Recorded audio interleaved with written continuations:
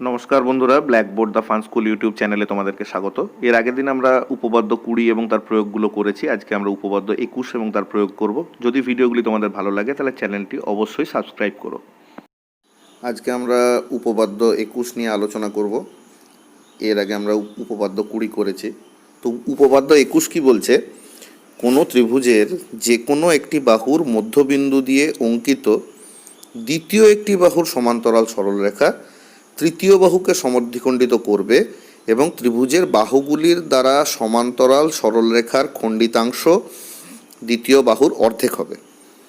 অর্থাৎ কি না, আমরা ধরে নিচ্ছি একটা ত্রিভুজ আছে এ বি সি। কেমন? এই একটা ত্রিভুজ মনে করে নি এ বি সি। এই এবিসি ত্রিভুজের এই এবি বাহুটার মধ্যবিন্দু আমরা ধরছি এই বিন্দুটা ডি। কেমন? এই ডি বিন্দুর মধ্য দিয়ে, মানে কি বলছে, ত্রিভুজের একটি বাহুর মধ্যবিন্দু দিয়ে দ্বিতীয় একটি বাহুর সমান্তরাল সরলরেখা, অর্থাৎ এবি বাহুর মধ্যবিন্দু দিয়ে আমি যদি এই বিসি বাহুর সমান্তরাল একটি সরলরেখা আঁকি, তাহলে সেইটি তৃতীয় বাহুকে সমদ্বিখণ্ডিত করবে, অর্থাৎ এসি বাহুটাকে সমদ্বিখণ্ডিত করবে। অর্থাৎ আমাকে প্রমাণ করতে হবে এই সমান্তরাল সরলরেখাটা যদি এসিকে ই বিন্দুতে ছেদ করে, তাহলে আমাকে প্রমাণ করতে হবে এই ই বিন্দুটা এসি বাহুর মধ্যবিন্দু। আর কি প্রমাণ করতে হবে? বলছে এই সমান্তরাল সরলরেখার যেটুকু অংশ ত্রিভুজের বাহুগুলো দ্বারা খণ্ডিত হয়, অর্থাৎ এই যে সমান্তরাল সরলরেখাটা ডিই, এটা তো একটা খণ্ডিত অংশ। অ্যাকচুয়ালি সমান্তরাল সরলরেখাটা কি? এ তো দুদিকে অসীম পর্যন্ত বিস্তৃত, এই দিকেও অসীম পর্যন্ত বিস্তৃত, এই দিকেও অসীম পর্যন্ত বিস্তৃত। এই সমান্তরাল সরলরেখার খণ্ডিত অংশ কতটুকু, যেটাকে ত্রিভুজের তিনটে বাহু খণ্ডিত করছে, সেটা এই ডিই পরিমাণ।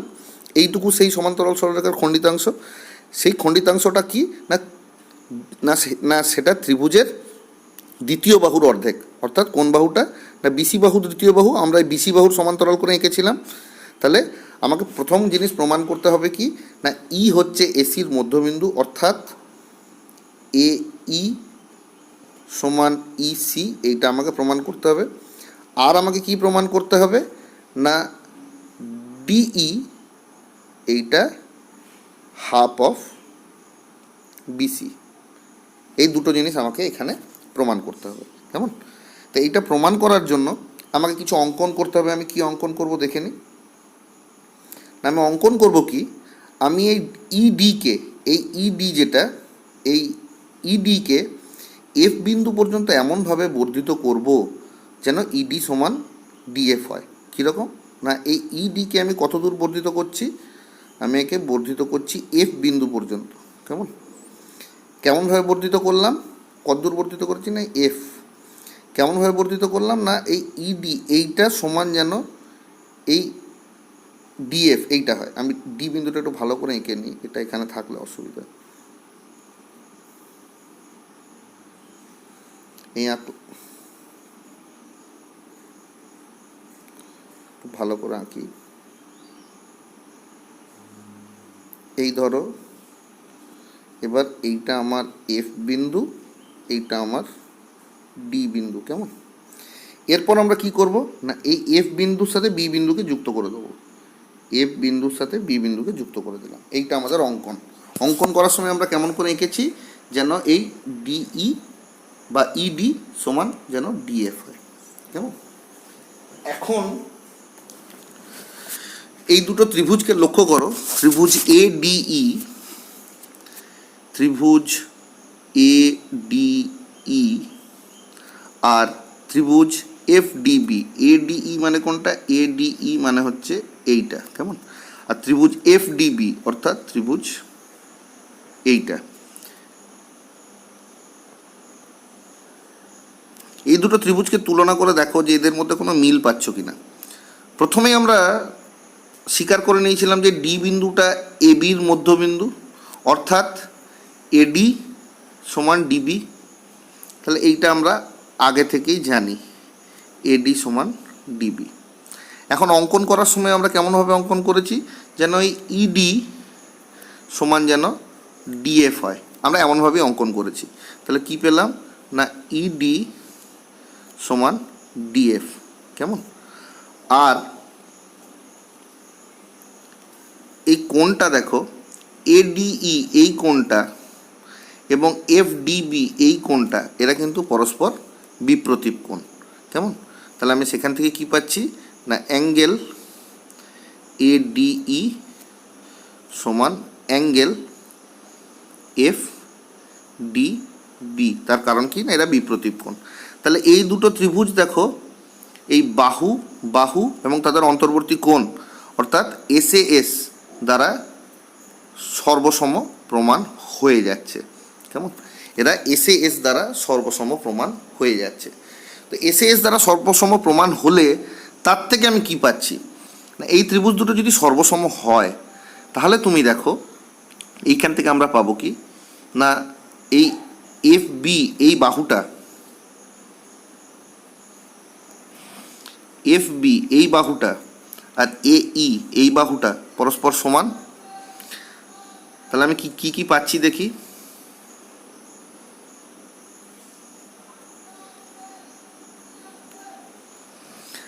আমি পাচ্ছি এফ বি সমান এ ই। আর কি পাচ্ছি না অ্যাঙ্গেল এফ বিডি এই কোণটা আর অ্যাঙ্গেল ডিএই এই কোণটা এরা পরস্পর সমান। কিন্তু এই দুটো কোণ দেখো একান্তর কোণ, কারণ এইটা যদি ছেদক, এই ছেদকের ডান পাশে এই কোণটা আছে, বাম পাশে এই কোণটা আছে এবং এই ছেদকটা দুটো সরলরেখাকে ছেদ করেছে। এইখানে এফ বিকে ছেদ করেছে, এখানে এসিকে ছেদ করেছে। কেমন? তাহলে ছেদকের বিপরীত পার্শ্বে দুটো কোণ আছে, তাহলে এরা কি পরস্পর একান্তর কোণ। তাহলে আমি এখানে পাচ্ছিলাম অ্যাঙ্গেল এফ বি ডি সমান অ্যাঙ্গেল ডি এ ই, কিন্তু এরা পরস্পর একান্তর কোণ। তা পরস্পর একান্তর কোণ সমান হলে কি বলা যায় যে তাহলে তারা সমান্তরাল সরলরেখা। তাহলে কোনটা কোনটা এখানে আমরা সমান্তরাল পাচ্ছি, আমরা পাচ্ছি এফ বি সমান্তরাল এ ই। কেমন? তা এফ বি যদি সমান্তরাল এ ই হয় তাহলে নিশ্চয়ই এফ বি সমান্তরাল এসিও হবে। আবার এফ বি সমান্তরাল এসি যদি হয় তাহলে নিশ্চয়ই এফ বি সমান্তরাল ইসিও হবে। বোঝার চেষ্টা করো, এই এফ বিটা যদি এ ইর সাথে সমান্তরাল হয় তাহলে নিশ্চয়ই এটা গোটাটা এই এসির সাথেও সমান্তরাল হবে, তাহলে নিশ্চয়ই ইসির সাথেও সমান্তরাল হবে। অর্থাৎ আমি এখানে কি পাচ্ছি না এফ বি সমান্তরাল ই সি। কেমন? আবার আগেই আমরা যখন অঙ্কন করেছি তখন আমরা কি বলেছি না এই ডিই বিসির সাথে সমান্তরাল করে আমরা এঁকেছিলাম এবং এই সরল রেখাটাই ইডিকেই আবার বর্ধিত করেছিলাম এদিকে এফ বিন্দু পর্যন্ত। অর্থাৎ আমরা কি পেয়েছিলাম না এফ ই সমান্তরাল বিসি। তাহলে তুমি দেখো এইখানে এই যে চতুর্ভুজটা,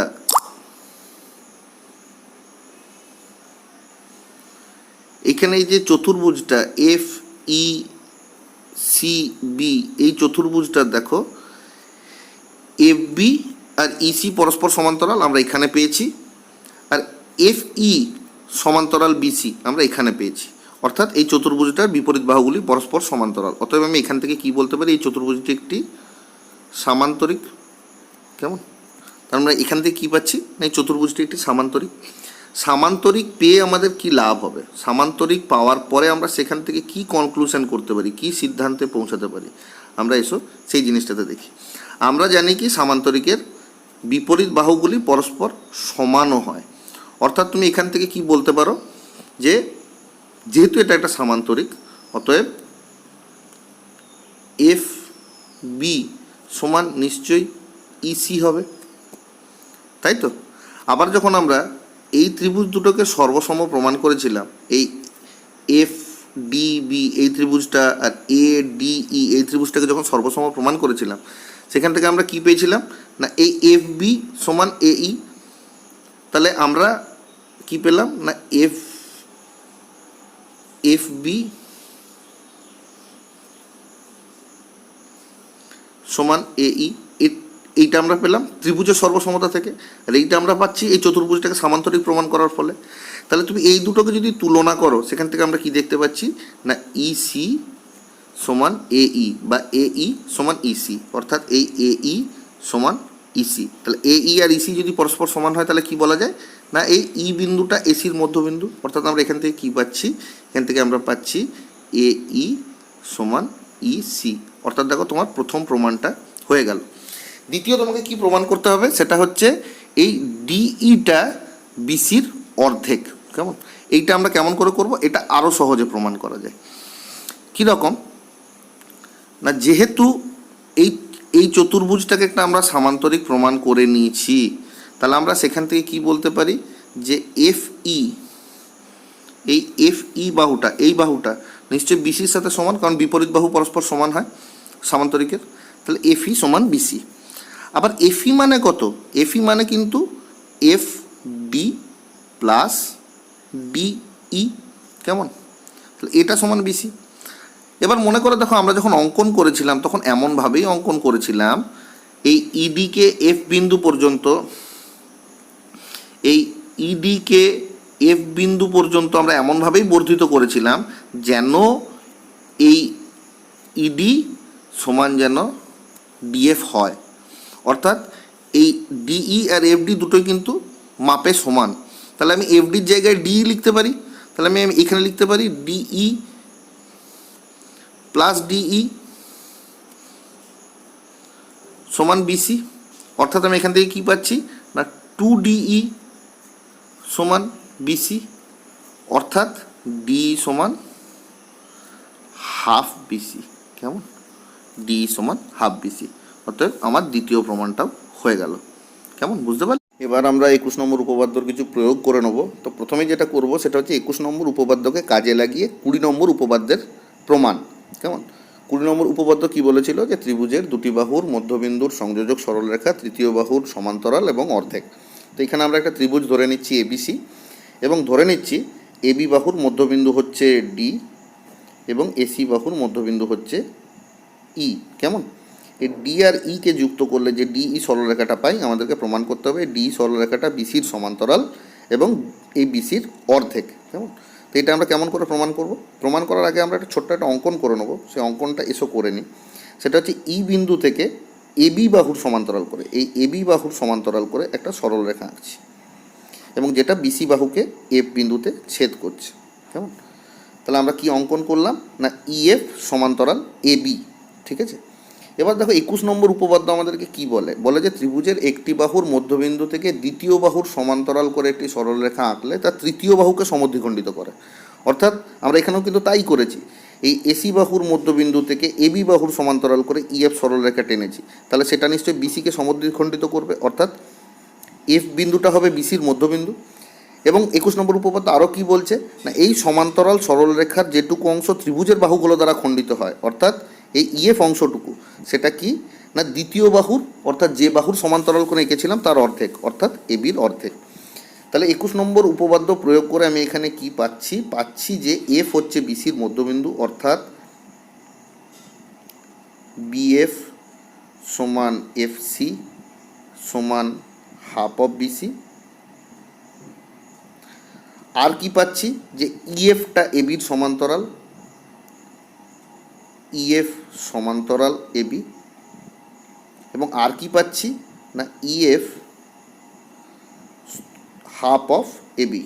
কেমন, এবার মজার জিনিস দেখো, আমরা যখন ডি বিন্দুটাকে এবির মধ্যবিন্দু ধরেছিলাম, তাহলে সেখান থেকে আমরা কি বলতে পারি এই বিডি এইটুকু অংশ সেটা নিশ্চয়ই এবির অর্ধেক, কারণ ডি যদি মধ্যবিন্দু হয় তাহলে এডি সমান ডিবি।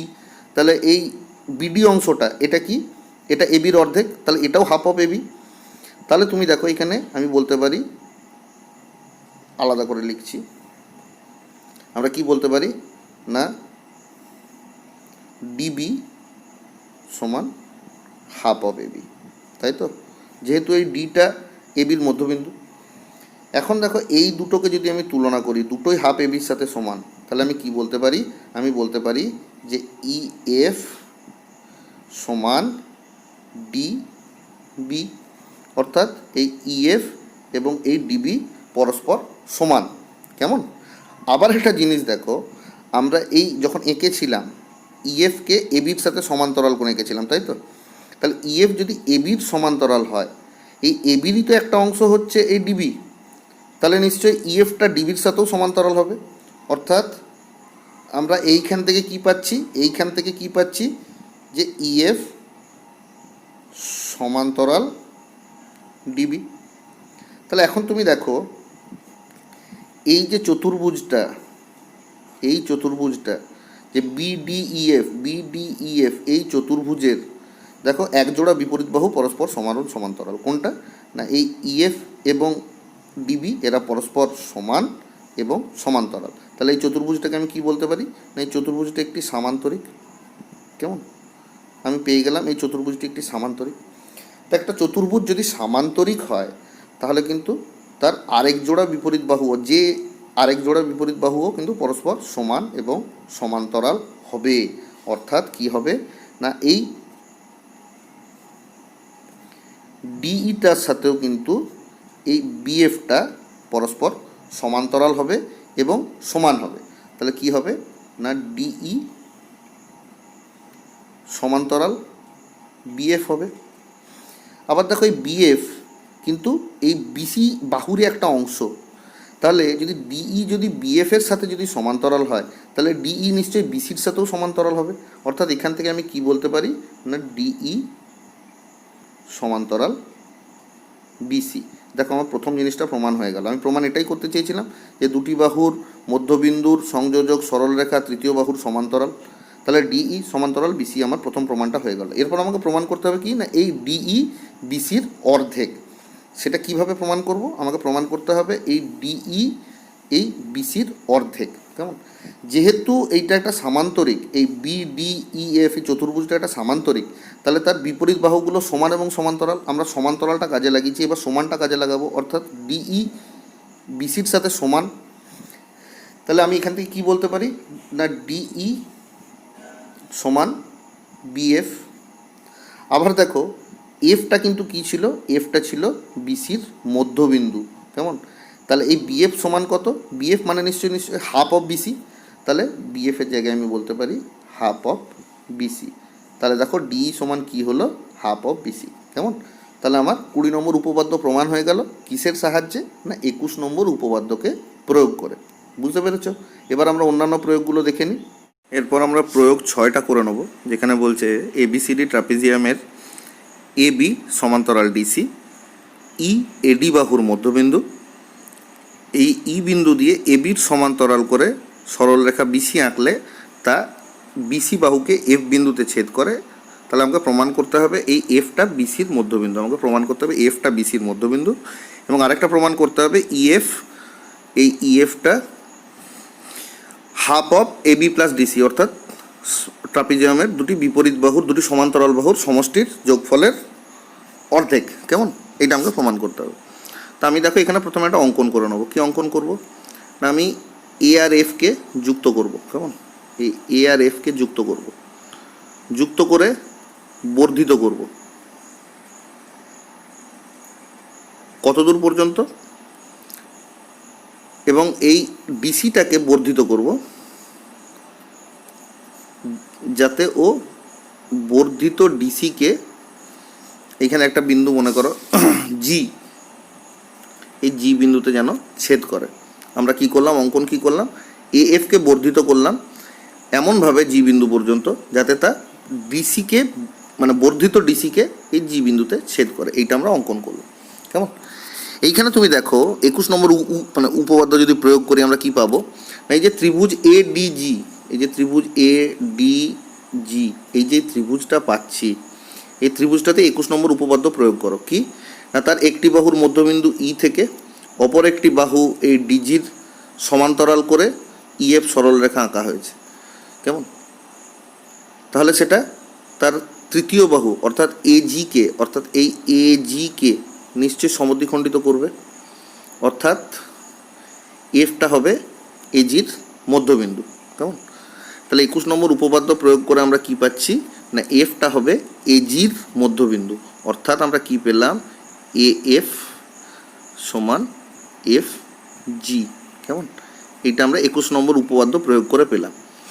এখন এই ত্রিভুজ দুটোর কথা ভাবো, একটা ABF আর একটা FCG, এই দুটো ত্রিভুজের কথা ভাবো। এই দুটো ত্রিভুজের মধ্যে কিন্তু AF সমান FG আমি পেয়ে গেছি, কেমন? তার সাথে আর কি পাচ্ছি? তার সাথে পাচ্ছি এই কোণটা অ্যাঙ্গেল AFB আর অ্যাঙ্গেল FCG, এই দুটো কোণ কি পরস্পর বিপ্রতীপ কোণ, অর্থাৎ অ্যাঙ্গেল AFB সমান অ্যাঙ্গেল CFG, কারণ এরা কি পরস্পর বিপ্রতীপ কোণ, কেমন? আর কি পাচ্ছি দেখো, ট্রাপিজিয়ামের দুটো বিপরীত বাহুর পরস্পর সমান্তরাল হয়, এই দুটো বিপরীত বাহুর AB আর DC পরস্পর সমান্তরাল, এখানে তোমাকে প্রশ্নেই বলে দিয়েছে। এই দুটো সমান্তরাল সরলরেখাকে কোন ছেদক ছেদ করছে? এই AG ছেদক ছেদ করছে। দেখো এইটা আর এইটা সমান্তরাল, তাকে AG ছেদক ছেদ করছে। তাহলে আমরা এখানে দুটো একান্তর কোণ সমান পাবো। কোন দুটো একান্তর কোণ? এই একটা অ্যাঙ্গেল ABF এই কোণটা এবং অ্যাঙ্গেল FGC অর্থাৎ এই কোণটা। তাহলে কি কি পেলাম? অ্যাঙ্গেল BAF সমান অ্যাঙ্গেল FGC, তার কারণ কি এরা একান্তর কোণ, কেমন? এরা পরস্পর একান্তর কোণ। তাহলে এই ত্রিভুজ দুটো দেখো অ্যাঙ্গেল অ্যাঙ্গেল সাইড AAS দিয়ে সর্বসম প্রমাণ হয়ে গেল। কোন কোন বাহু এই দিয়ে এই দুটো সর্বসম প্রমাণ হয়ে গেল। যেহেতু সর্বসম প্রমাণ হলো, সেখান থেকে তুমি কি বলতে পারো না, তাহলে এই দুটো ত্রিভুজের এই BF বাহুর সাথে নিশ্চয়ই FC বাহু সমান হবে, অর্থাৎ কি হবে না BF সমান FC হবে, কেমন? তাহলে BF সমান FC মানে কি? তাহলে নিশ্চয়ই Fটা হচ্ছে BC বাহুর মধ্যবিন্দু, কারণ এই BF এই অংশটা আর FC এই অংশটা যদি পরস্পর সমান হয়ে যায়, তাহলে এই F বিন্দুটা কি হবে? F বিন্দুটা BC বাহুর মধ্যবিন্দু হবে। তো এইটা আমার প্রথম প্রমাণ হয়ে গেল। আর আমি কি পাবো? এই ত্রিভুজটারই, যে ত্রিভুজটার কথা আমরা প্রথমে ভাবছিলাম, দেখো তাতে 21 নম্বর উপপাদ্য প্রয়োগ করে আমরা কি পেয়েছিলাম না, EFটা মানে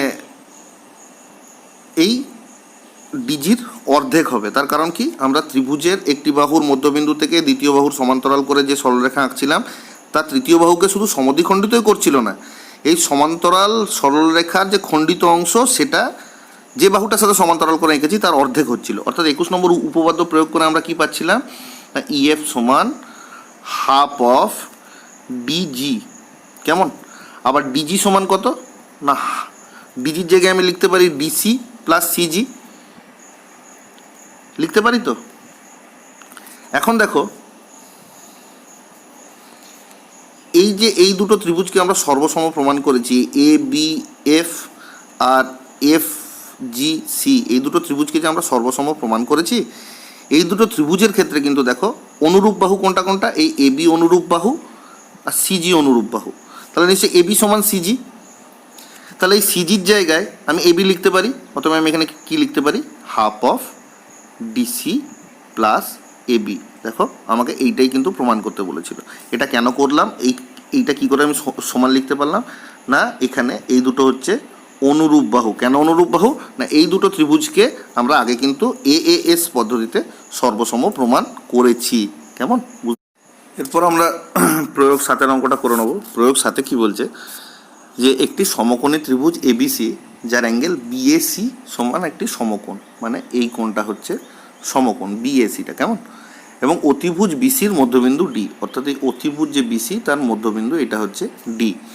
আমাকে প্রমাণ করতে হবে AD, অর্থাৎ এই ADটা হাফ অফ BC, কেমন? তো এইখানে আমরা একটা অঙ্কন করে নেব। কি অঙ্কন করব না, এই D বিন্দু থেকে AC বাহুর সমান্তরাল করে একটি সরলরেখা এঁকে নিচ্ছি, যেটি ধরে নিচ্ছি যে AB বাহুকে E বিন্দুতে ছেদ করে। আমরা কি করলাম? এই D থেকে ACর সমান্তরাল করে একটি সরলরেখা আঁকলাম যা AB বাহুকে E বিন্দুতে ছেদ করে। এবার এখানে 21 নম্বর উপপাদ্য প্রয়োগ করে দেখো, এখানে ত্রিভুজটার কি একটি বাহুর মধ্যবিন্দু D থেকে অপর একটি বাহু ACর সমান্তরাল করে একটি সরলরেখা DE অঙ্কন করা হয়েছে। তাহলে সেখান থেকে তুমি কি বলতে পারো যে Eটা তাহলে নিশ্চয়ই AB বাহুর মধ্যবিন্দু হবে। অর্থাৎ তুমি কি পাবে? ই বিন্দুটা কার হবে না ABর মধ্যবিন্দু, কেমন? এইটা তুমি 21 নম্বর উপপাদ্য প্রয়োগ করে পেলে। কিভাবে পেলে? না উপপাদ্য 21 প্রয়োগ করে। ঠিক আছে, এরপর তুমি দেখো আমরা দুটো ত্রিভুজ পাচ্ছি এখানে, একটা কি না বিইডি আর একটা পাচ্ছি এইডি। কোনটা কোনটা ভালো করে দেখো, এই একটা বিইডি আর একটা এইডি, এই দুটো ত্রিভুজকে আমরা সর্বসম প্রমাণ করব। সেটা কি প্রমাণ করা সম্ভব? দেখে নি প্রমাণ করা সম্ভব কিনা। দেখো এই দুটো ত্রিভুজের মধ্যে এই ডিই বাহুটা হচ্ছে কিন্তু সাধারণ বাহু। কেমন? ডি বাহুটা দুটো ত্রিভুজের মধ্যেই আছে, তাহলে আমি এখানে কি বলতে পারি না ডিই সাধারণ বাহু। কেমন? আর কি পাচ্ছি দেখো না ইটা যেহেতু এ বির মধ্যবিন্দু পেয়েছি, অতএব বলতে পারি বিই সমান ই এ। তাহলে আমরা কি পাচ্ছি না বিই সমান ই এ। তাহলে দুটো বাহু আমাদের সমান হয়ে গেল। এবার হয় আমাদেরকে 3 নম্বর বাহুটাও সমান দেখাতে হবে, দিয়ে side side side S S S পদ্ধতিতে সর্বসম দেখাবো, অথবা এই দুটো বাহুর মধ্যবর্তী কোণ দুটোকে সমান দেখাবো, দিয়ে এস এস বা বাহু কোণ বাহু পদ্ধতিতে আমরা সর্বসম দেখাবো। কেমন? তা দেখা যাক করা যায় কিনা। এখানে তুমি লক্ষ্য করে দেখো এই কোণটাকে কিন্তু আমাদের সমকোণ বলে দিয়েছিল। কেমন? আর এখন আমরা এসির সমান্তরাল করে ইডি এঁকেছি। তাহলে এসির সমান্তরাল করে যদি আমরা ইডি আঁকি, তাহলে কিন্তু এই কোণটার অনুরূপ কোণ দাঁড়ায় এই কোণটা। কেমন? অর্থাৎ বিএসি এর অনুরূপ কোণ বিইডি। কেমন? তাহলে বিএসি সমান অনুরূপ অ্যাঙ্গেল, অ্যাঙ্গেল বিএসি সমান অনুরূপ অ্যাঙ্গেল বিইডি। বিএসি সমান কত বলেছিল? বলেছিল আমাদের 90 ডিগ্রি, কারণ এটা সমকোণ। তাহলে এই বিইডি কোণটাও কিন্তু 90 ডিগ্রি হবে। তাহলে তাহলে বিইডি সমান আমরা 90 ডিগ্রি পাবো। এখন এই বিইডি যদি 90 ডিগ্রি হয়, কেমন, তাহলে এইডি এই কোণটা কত হবে?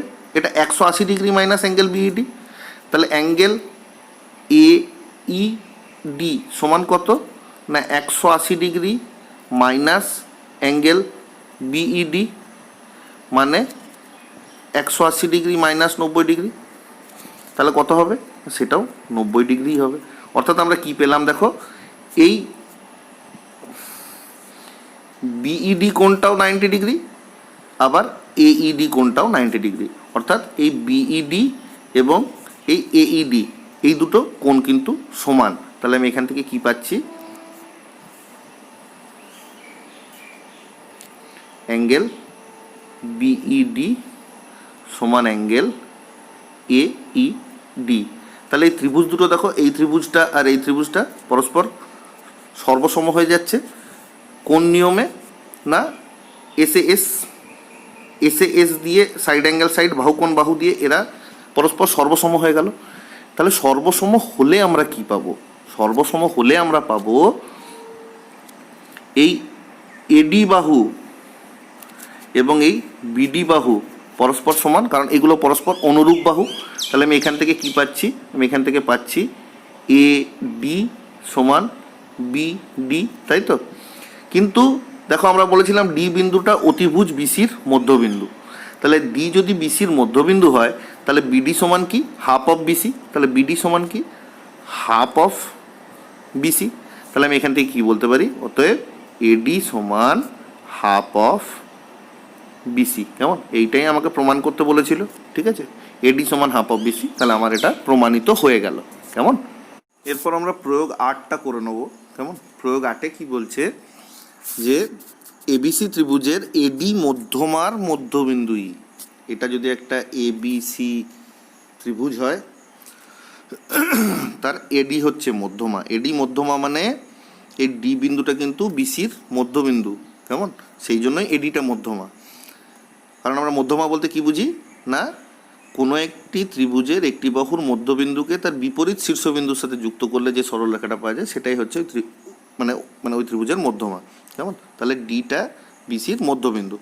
এখন বলেছে কি এডির আবার মধ্যবিন্দু কি? এডির মধ্যবিন্দু হচ্ছে ই। কেমন? এডির মধ্যবিন্দু হচ্ছে ই। এখন এই বিইকে বর্ধিত করলে তা এসি বাহুকে এফ বিন্দুতে ছেদ করে। এই বিসিকে যদি আমি বর্ধিত করি তা এসিকে এফ বিন্দুতে ছেদ করে। ঠিক আছে, আমাকে এখানে প্রমাণ করতে হবে কি? আমাকে প্রমাণ করতে হবে এই এএফটা এসি বাহুর 1/3 বা 3/1 কেমন। আমি এখানে একটা অঙ্কন করে নেব। কি অঙ্কন করব না, আমি এই ডি বিন্দু থেকে বিএফ এর সমান্তরাল করে একটা সরলরেখা আঁকবো। ডি বিন্দু থেকে বিএফ এর সমান্তরাল করে একটা সরলরেখা আঁকবো। কার সমান্তরাল করে না, এই বিএফ এর সমান্তরাল করে ডি বিন্দু থেকে একটা সরলরেখা আঁকছি যা এসি বাহুকে জি বিন্দুতে ছেদ করছে। কেমন। এখন তোমরা এই ত্রিভুজটার কথা ভাবো, এই বিএফসি এই ত্রিভুজটার কথা ভাবো, বিএফসি এই ত্রিভুজটার কথা ভাবো। এই ত্রিভুজটার দেখো, ডি বিন্দু হচ্ছে বিসির মধ্যবিন্দু। এই একটি বাহুর মধ্যবিন্দু থেকে অন্য একটি বাহু অর্থাৎ বিএফ এর সমান্তরাল করে আমি ডিজি এঁকেছি, তাহলে সেটি নিশ্চয়ই তৃতীয় বাহুকে সমদ্বিখণ্ডিত করবে, অর্থাৎ জি বিন্দুটা এই এফসি বাহুর মধ্যবিন্দু হবে। হবে তো? তাহলে আমি এখান থেকে কি বলতে পারি যে জি যেহেতু এফসির মধ্যবিন্দু, অথবা আমি এখান থেকে কি পাবো, এফ জি সমান জিসি পাবো। এটা আমি কিভাবে পেলাম না, আমি উপপাদ্য 21 প্রয়োগ করে পেলাম। কেমন। কোন ত্রিভুজে না, ত্রিভুজ বিএফসিতে। কেমন, বিএফসিতে এটা প্রয়োগ করে পেলাম যে জি বিন্দু হলো এফসি বাহুর মধ্যবিন্দু এবং তার জন্য এফ জি সমান জিসি। ঠিক আছে। এরপরে তোমরা এই ছোট ত্রিভুজটার কথা কল্পনা করো, এই এ ডি জি। কোন ত্রিভুজটা দেখে নি না, এই এ ডি এবং জি এই ত্রিভুজটার কথা ভাবো। এই ত্রিভুজটার ক্ষেত্রে বলেছে কি না, এডি বাহুর মধ্যবিন্দু ই, কারণ ই কি বলেছিল, ই ছিল এডি মধ্যমার মধ্যবিন্দু। কেমন। আমরা এঁকেছিলাম কি না, ডিজি কে বিএফ এর সাথে সমান্তরাল করে। তাহলে ডিজি যদি বিএফ এর সমান্তরাল হয় তাহলে নিশ্চয়ই ইএফ এরও সমান্তরাল হবে। অর্থাৎ তুমি এখান থেকে কি পাচ্ছ না, এডির মধ্যবিন্দু ই, আর কি পাচ্ছ না, ইএফ সমান্তরাল ডিজি। তাই তো? তাহলে এখানে আবার যদি উপপাদ্য 21 প্রয়োগ করি তাহলে আমরা কি দেখতে পাচ্ছি না, এই ত্রিভুজটার, কোন ত্রিভুজটার না, ত্রিভুজ এ ডি জির একটি বাহু এডির মধ্যবিন্দু থেকে অপর একটি বাহু ডিজির সমান্তরাল করে একটি সরলরেখা এঁকেছি, তাহলে তা নিশ্চয়ই তৃতীয় বাহুকে সমদ্বিখণ্ডিত করবে। অর্থাৎ এই ইএফটা এজিকে সমদ্বিখণ্ডিত করবে, অর্থাৎ এফ বিন্দুটা এজি বাহুর মধ্যবিন্দু হবে। তাহলে এফ যদি এজির মধ্যবিন্দু হয় আমি সেখান থেকে কি বলতে পারি না, এ এফ সমান এফ জি। এটাও কি করে পেলাম না, আবার এই ত্রিভুজ এডিজিতে উপপাদ্য 21 প্রয়োগ করে। তাহলে এখন তুমি একটা জিনিস লক্ষ্য করো, এই যে এফ জি সমান জিসি, আবার এ এফ সমান এফ জি, এই দুটোকে আমরা তুলনা করে কি বলতে পারি, দেখো এ এফ এফ জির সাথে সমান, এফ জি আবার জিসির সাথে সমান। তাহলে এখান থেকে কী বলা যায় যে এ এফ সমান এফ জি সমান জিসি। অর্থাৎ এই এসি বাহুর যে তিনটে টুকরো, এসি বাহুর তিনটে টুকরো, একটা এ এফ, একটা এফ জি আর একটা জিসি, এই তিনটে টুকরো কিন্তু পরস্পর সমান। তাহলে তিনটে টুকরোই যদি সমান হয় তাহলে প্রত্যেকটাই নিশ্চয়ই এসি বাহুর 1/3 ভাগ করে হবে, 3/1 ভাগ করে হবে। অর্থাৎ এখান থেকে আমি কি কনক্লুশন করতে পারি, এখান থেকে আমি বলতেই পারি যে এ এফ সমান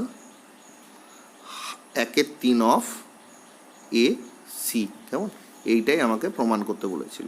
তাহলে আমার এটা প্রমাণিত হয়ে গেল। কেমন। এরপর আমরা 9 প্রয়োগটা করব। এখানে কি বলছে যে এবিসিডি সামান্তরিকের এবি ও ডিসি বাহুর মধ্যবিন্দু যথাক্রমে ই এবং এফ। অর্থাৎ এবি বাহুর মধ্যবিন্দু হচ্ছে ই এবং ডিসি বাহুর মধ্যবিন্দু হচ্ছে এফ। কেমন। এরপর কি বলেছে, এ এফ এবং সিই যোগ করা হলো। এ এফ এবং সিই পরস্পর যুক্ত করা হলো। কেমন।